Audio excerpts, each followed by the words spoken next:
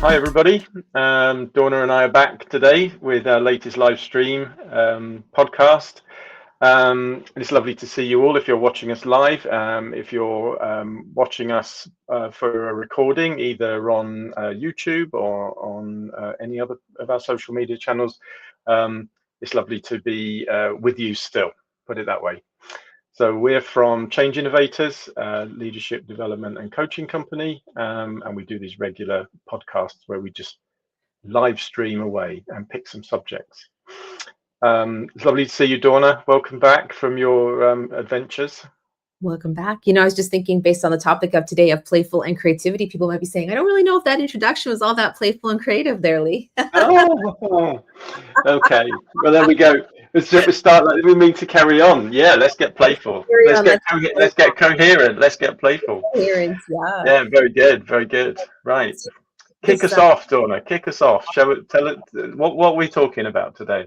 I don't know. You know, it's interesting. This week I was at a trade show, and there was people are asking what it is that, you know, what is it that we do, or what is it that space? And I talked about the idea of just how important it is to kind of be coherent. You know, that ability for each of us to be in a space where we can be comfortable, to be playful and laugh. You know, and know that that's part of connecting and learning, right? That coherence, so that we can be open to things and understand maybe where our tight spots are, right? Maybe where we are stuck personally. So coherence is really a place of play where you could be open to even trying a new restaurant on a daily basis. You know, at the trade, where would people like to go to eat? Well, if I'm coherent, I'm like, yeah, that's not maybe my first choice, but I've never been. So why don't I give it a try? That's coherence. You know, that ability to kind of go with the flow, be with the group. Yeah. So, and then to go and have fun at lunch or have fun at dinner, right? Not to be so serious about work all the time. It's funny. I've been in some coaching sessions this week with people, and some of the themes that have come up through those coaching sessions have been about lightening up. You know, just be lighter. You know, sometimes things can feel heavy. And when I have been saying, you know, or kind of introducing that idea to people, 100% of the time they smile. There's a real shift appears in people when they kind of go, oh yeah, you know, what am I doing? I'm being a bit heavy here, but actually I need to be really good if I could kind of be a bit lighter. You were having coaching time and I was having coffee time the last 10 days, I feel. Yeah. I've been doing a lot of coaching. I have. It's been really fun. Different C's, but they different ways of connecting to people in different ways, right? Absolutely, indeed. So let's have a look at the first question for today. Okay, so we've got maybe some idea of what we're talking about. Why is it important? Why is coherence play important? And I love the follow-ups.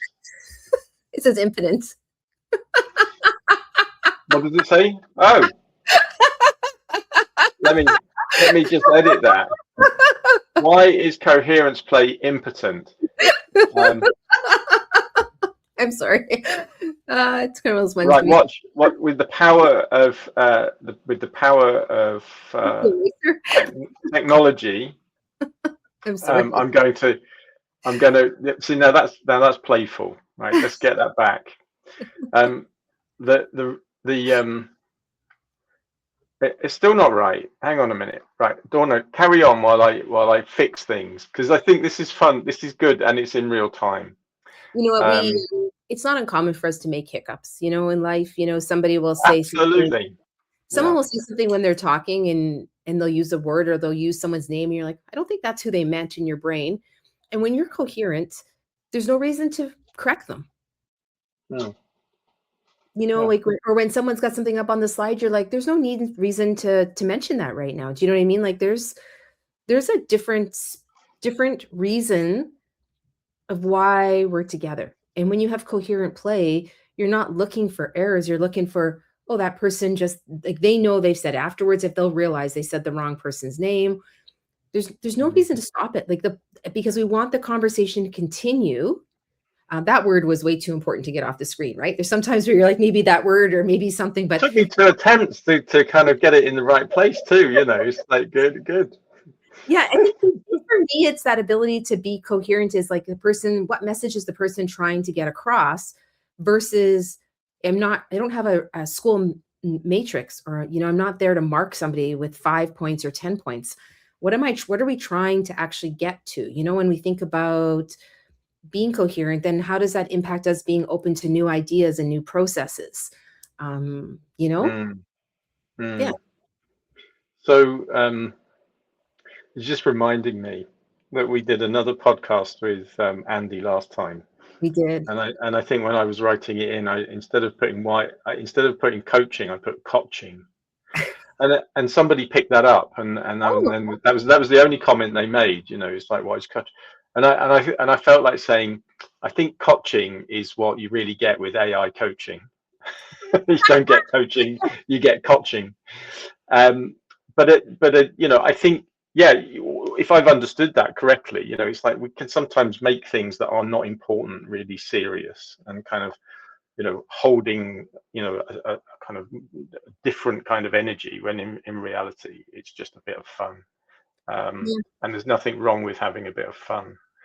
Um, and No, and that structure, right? That structure, and when structure is more important than the goal of finding something that works for coherence and collaboration and growth, when structure becomes such an important part of becomes greater than that, we get so focused on that that we don't know just how to have some fun, like a little bit of laughter about language, mm, the laughter about, just something, or being able to sit in a way that you're just enjoying where you are, instead of being mm, stressed or fear, because I'm finding a lot of mm, that recently in my coffee coaching time.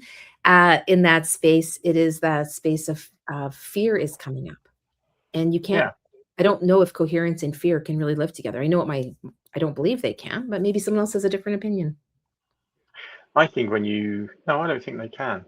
I I don't think think so. they and I, we, we're starting to develop a language around um, leadership, which is around coherence. Other people are all using those words as well, but we're understanding our own versions of that. And coherence and sort of resonance. Resonance is the kind of an interconnectivity that can happen, between us. And um, I was really struck when you chose this subject today, because um, I was thinking that when we talk about coherence, let's just pop up this next question. Well, it might say coherence, it might say anything. Who knows in what's written in there? So the question was, what do we know about it, based on Change Innovators' ideas? And what are we talking about with play? Now, I remember the first time I came to understand more about uh, heart rate variability and heart regulating our heart rate to the beats are kind of more regular, and that HRV, and the importance that has on um, creating a kind of a way for the heart and the brain to communicate in a more coherent way, and how that brings the body into a more coherent state, and all of the kind of other mechanics that go on.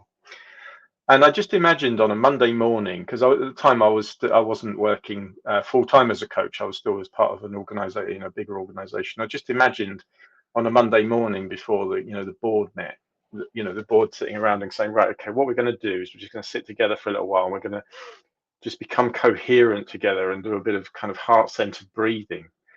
And sometimes I ask people that question. Can you imagine within your organization that happening? And they go, no. I can't imagine it at all.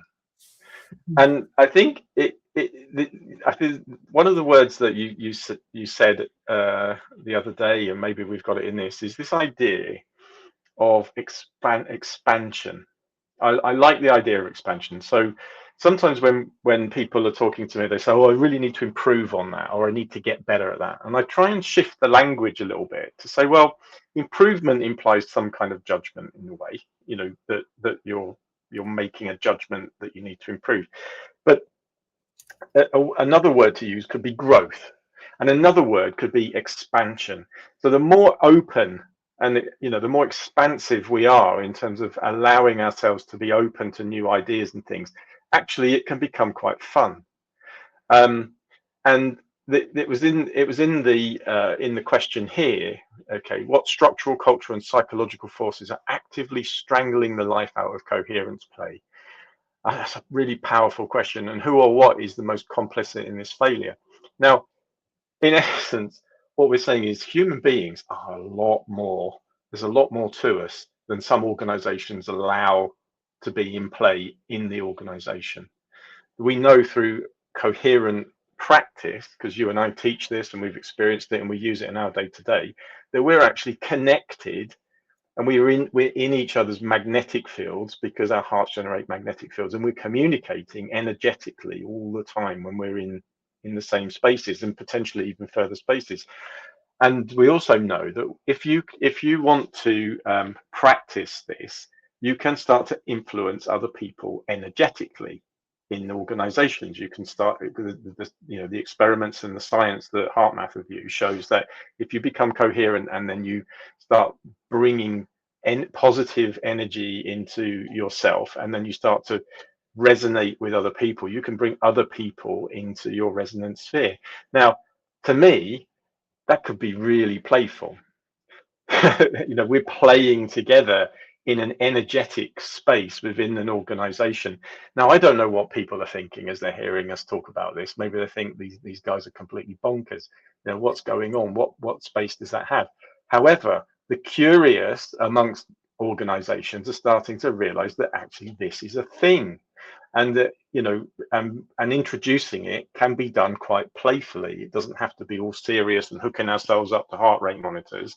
It can be something quite different. What do you think? Well, I mean, if I think about playfulness and finding different ways to sort of connect and become coherent together, in some organizations, they do things like they'll get together for a morning run. Right. Some organizations, before, some people in the group will get together and then they'll go, especially if they're at an event or a conference. In some of my groups, after lunch, when we're doing full days, we go for like a quiet, silent walk. We take a block and we just go out, and if you want a silent walk, you're in one part. If you want to have but it's that ability sometimes of just sort of doing something together. It's that ability to stop and just sort of enjoy the environment. And some people will say that is coherence. Some people will say it's not, but the idea of it is what are we doing to sort of get into sync so that our energy level's in the same spot? And what is interesting is often people don't choose. What I have seen is that you would say, well, someone might not come for a walk because they're not capable of walking. But actually, that's not often the case. Is when you go for a walk and you're in your own thoughts and you're having a silent walk, that is something that can be uncomfortable for people. And so it's not just a physical thing. Sometimes it is that space of just kind of stopping and slowing down and becoming coherent with our own thoughts and ideas, and just slowing ourselves down, which can be done in many different ways. But all we know is that when we get to a meeting and we jump right into something, there's a good chance that there's going to be that rushed energy and we are not going to be in a space of coherence. It's going to be the opposite unless each individual has done their own work before they get there. Playfulness is actually wanting to connect with the people as well. It's not just asking a question like, how are you? How was your weekend? And then turning the receptors off of listening. When you actually are being coherent and playful, you are actually interested in the answer. And so that is a dynamic thing to ponder as well. Like, how often are you actually really interested in the people that are sitting with you? And how then, if you're not interested in something fun, like, maybe what they do on the weekends, how are you really interested in what they're bringing to the meeting? I don't know. That's something that I wonder. How do you turn that on and off is what I wonder. How do you turn interest off in somebody on or off, right? Yeah.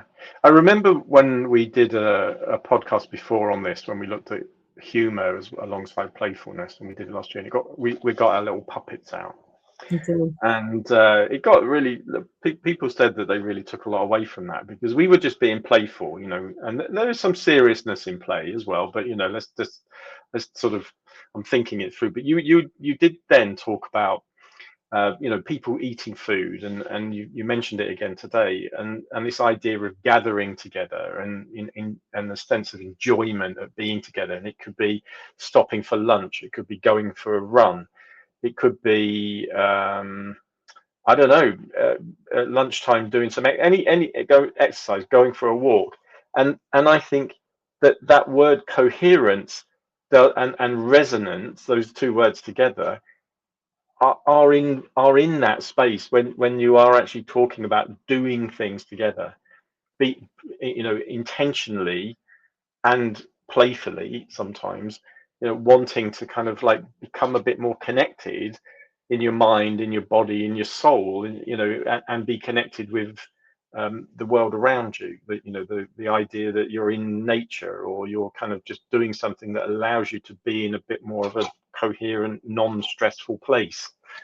Yeah, and then, because I definitely am a people person, I like those kind of moments of connectionness, but also things like when you're coherent, you will see that someone is running for the elevator, and you will intentionally hold the elevator. Um, Mm, when you're coherent, I was waiting for a ride. I couldn't seem to get a ride. I noticed someone else that looked like they were dressed to go to the same conference as I was, and I walked up to them and said, "Are you going?" And it happened to be somebody from my own province that I knew. But wow. if I'm not coherent, I Mm, might say I have no other options or choices, and that's that space, right? Once we become coherent, when we start thinking about wanting to move into innovation and being agile, if my belief is that when I'm not coherent, I'm not really able to bring my best self to those conversations. mm, I'm not able to see that someone else needs the elevator. I'm not able to see that someone else might need some more space in a meeting. I'm not able to see a new partnership of how we could get there, right? I'm waiting there, I'm getting nothing. I'm like, this isn't mm, good. I'm not getting any pickup, right?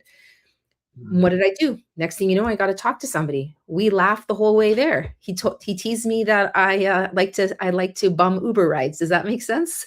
mhm, And like it just happened to be I thought more efficiency, but it's true. I guess I was bumming Uber rides, right? So we had a sense of humor and a way to connect with each other and get mm, out of that space of structure.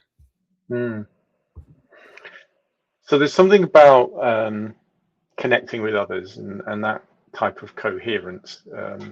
And there's something about kind of being on the same wavelength. And also, if you're not on the same wavelength, you know, somehow using playfulness to kind of bring yourselves into some kind of harmony.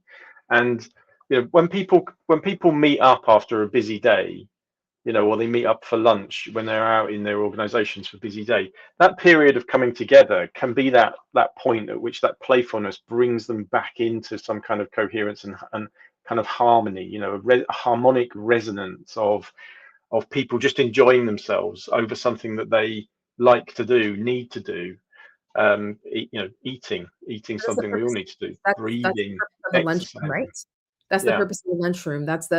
There's things that we had on face to face that allow us to come together. But when we come together, if we're not coherent, that's Mm, going to bring a different energy and a different conversation.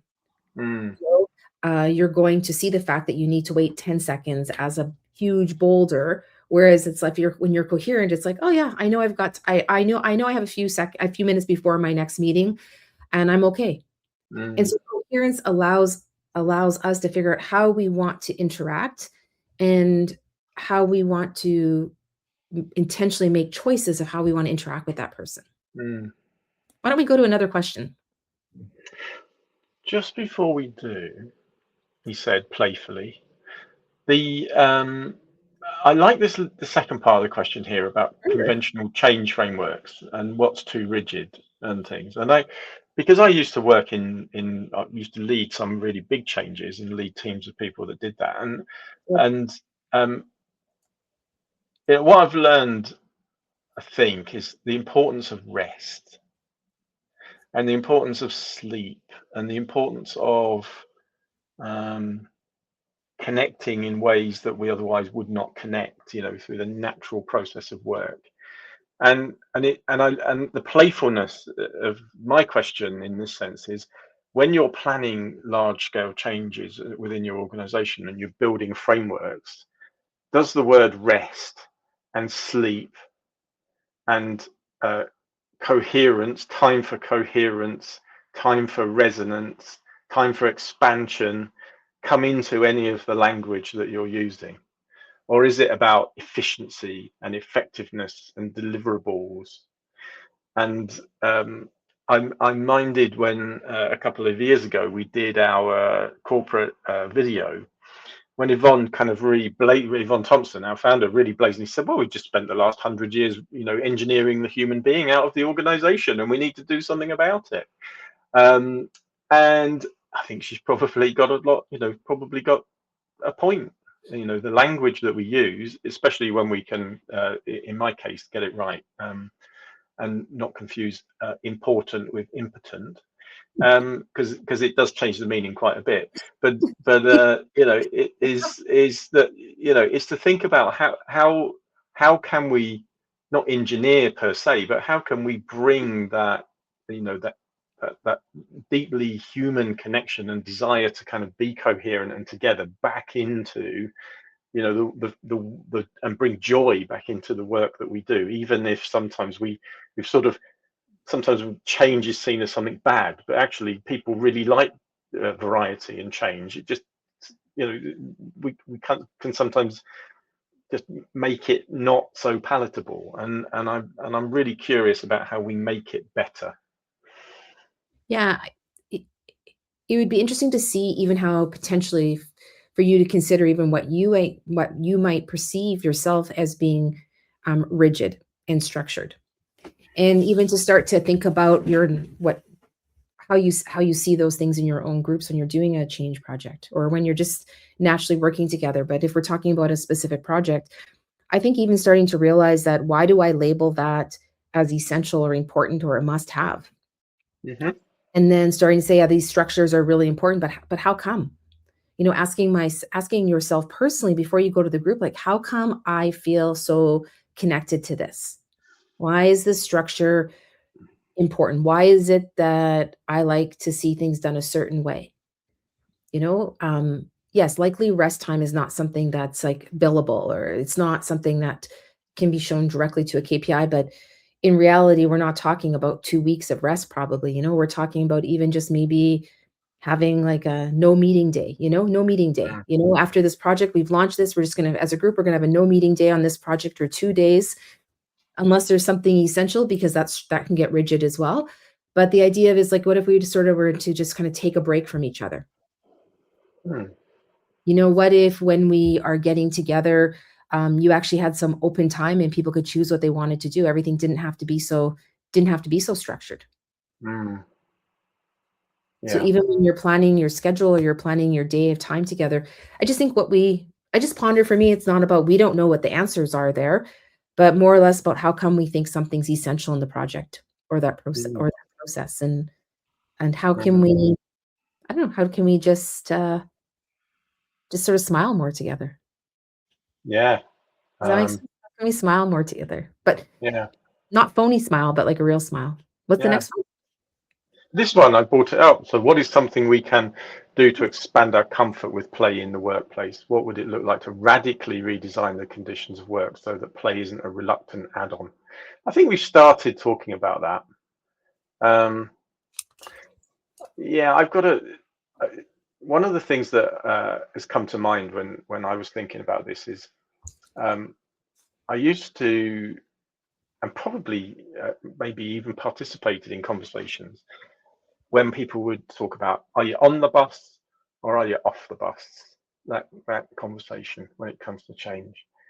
And now I'm sort of thinking, well, why does it matter whether you're on a bus or not on a bus? It's like, what is it about organizations that the language can sometimes be about being aligned in ways that are really unhealthy, as opposed to being aligned in ways that are really healthy? Because when people feel healthy and when people feel charged and joyful, they will move in a similar direction if they choose to, and if they don't find joy in the things that that organizations want, then they need to go and find joy somewhere else. They can be on a different bus and still be contributing to the organization by not being there anymore. And sometimes that's kind of like got a negative connotation to it. But I think, when people make really clear choices, and we talk about this in the work that we do, that clear is kind, and very often, people are not clear. And recognizing that, it's not to say that you have to be 100% sure of the direction of travel, but sometimes saying that things aren't clear is at least making it clear to people that it's not clear. But when people mess around and kind of sort of say half a thing, and then they put the fear of God into people, because then they don't really understand or know what the choices are that they've got to make. It's just a bit strange, because it's not well thought through, and it doesn't feel playful, it feels fearful. And I think at the heart of this question is something around how can we take the fear out of it and make it play? Because when you're playing, not a lot can go wrong, and life just can feel so serious sometimes, over things like, for example, getting the spelling of something wrong, rather than being something that you can find joy in and say, oh my God, look at that, look This at what darn we've just balance, what written. Yeah, exactly. well, Leah, I think what's interesting is if people want to be playful at work. So playful can look like, people like, what are we going to go play golf? Or are we going to just, it's not about, it's that those are activities, but even that, like, it's about being able to celebrate successes that happen for people at work or out of work. It can be being joyful for something that's happening to someone important in one of your team members' lives, It can be finding small opportunities to, I don't know, even just watch a movie or enjoy something together. I love show and tell. I think show and tell is a really awesome thing to bring into the workplace. I wonder if we can have play if we can't have vulnerability. Yeah.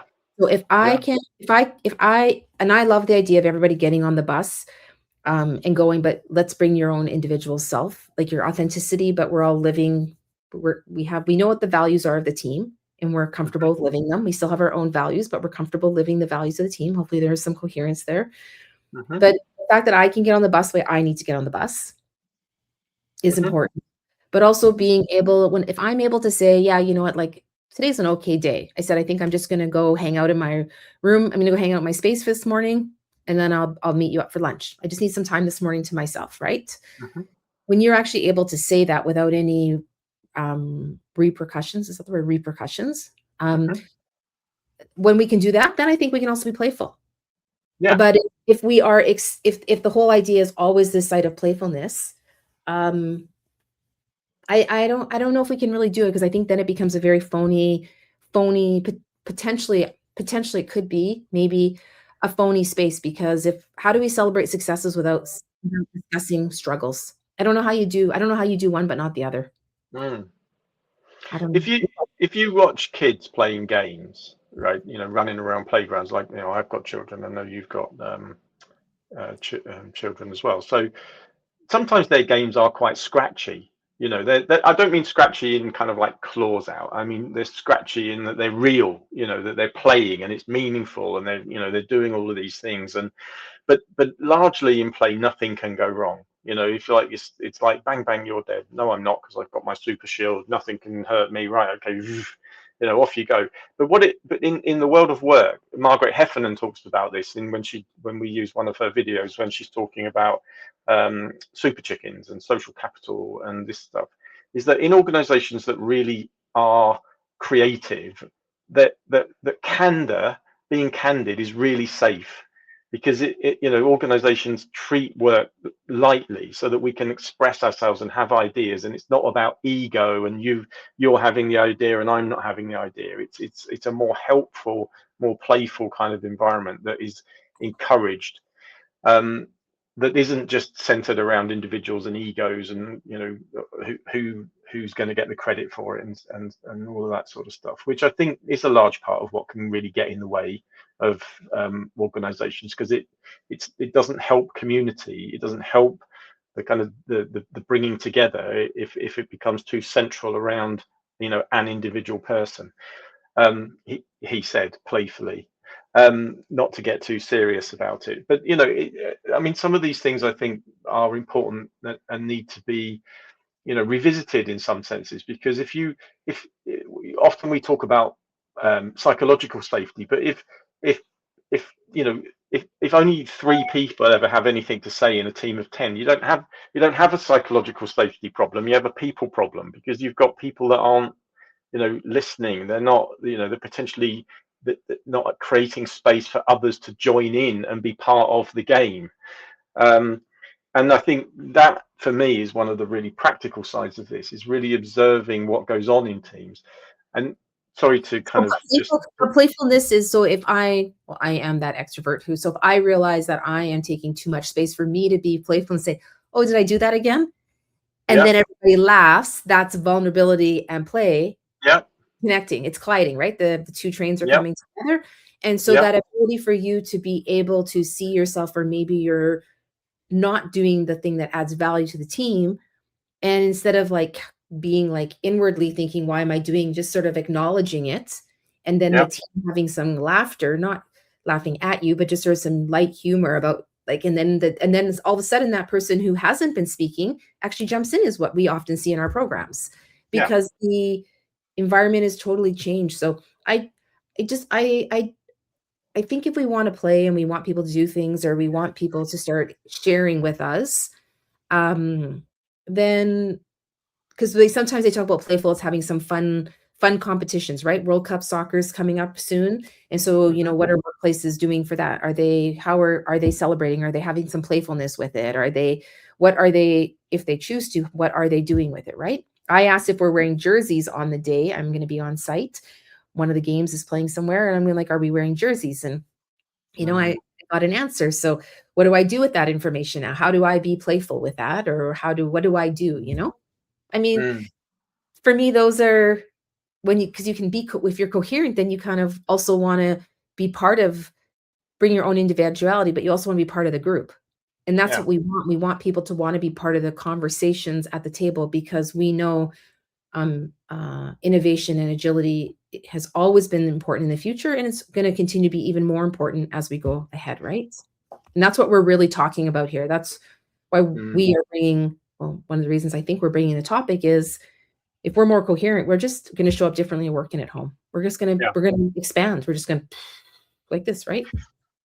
Yeah, expansion's a word I really like. I guess we're going to wrap up in a minute, but you've reminded me of something again with your golf thing, which is that I live next door to a golf course, and sometimes I run on the golf course. I used to walk the dog on the golf course, but at the moment we don't have a dog. But hey ho. So I run instead. But what I'm thinking of is that if the golf course is the game board, okay, sometimes I see golfers playing golf and they're really not having a lot of fun, right? It's all too serious, and it's all kind of like their cards out and scribble, and I can be jogging along, and I'm on the same game board, but I'm playing a completely different game, and I'm feeling joy, and I'm having a nice time. And I think all the time that we can create the spaces to coexist and be coherent in that way as well, so that people are allowing different games to go on the same game board alongside each other, and to recognize that life isn't all too serious all of the time, and that human beings are probably more important than anything, if we can get that right, really get that right, especially when we're coherent and when we resonate well together. Then an awful lot could come right in organizations and just life and the world in general. But that's just how I see it. Anyway. Yeah. So in the world, this choice of life that we get to live, right? This right now on this earth, it is that space of we're understanding how we take the complexities of life, the joy of life, the abundance of life, and create spaces where we can be playful and playful and vulnerable, playful and expanding, playful in this, and kind of realizing, like, how can we just, if you're feeling tight inside, it's like, okay, what could I do right now for myself so I could expand?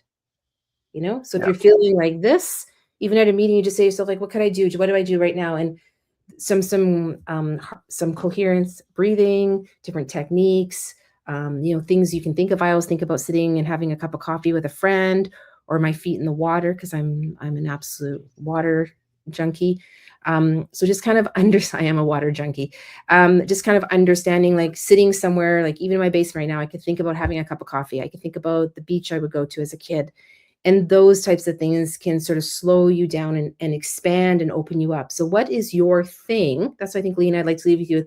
What is your things that maybe when you're not coherent, what is your thing that you can go to and think about at that moment and take a couple of slow breaths? And we guarantee that you will feel different, or you have the potential to feel different. I can't guarantee anything, I guess, but you have the potential to feel different. And we just know through our own personal practices, because these are things both of us continue to practice, and find ourselves sometimes tight and we want to expand. And what do each one of us do to be able to do that? So we really hope we've given you that opportunity today to sort of ponder playfulness and vulnerability and expansion in a way to meet your own personal goals, or the way you'd like to live at home, in your community, and in your workplace. Thanks for spending some time with us. There we go. Coherent play. There we have it. We hopefully we've covered off some of what we think we mean. Yeah. Have a lovely great. day. Yeah. Okay, everybody. We'll see you again next time. Take care. Ciao. Bye.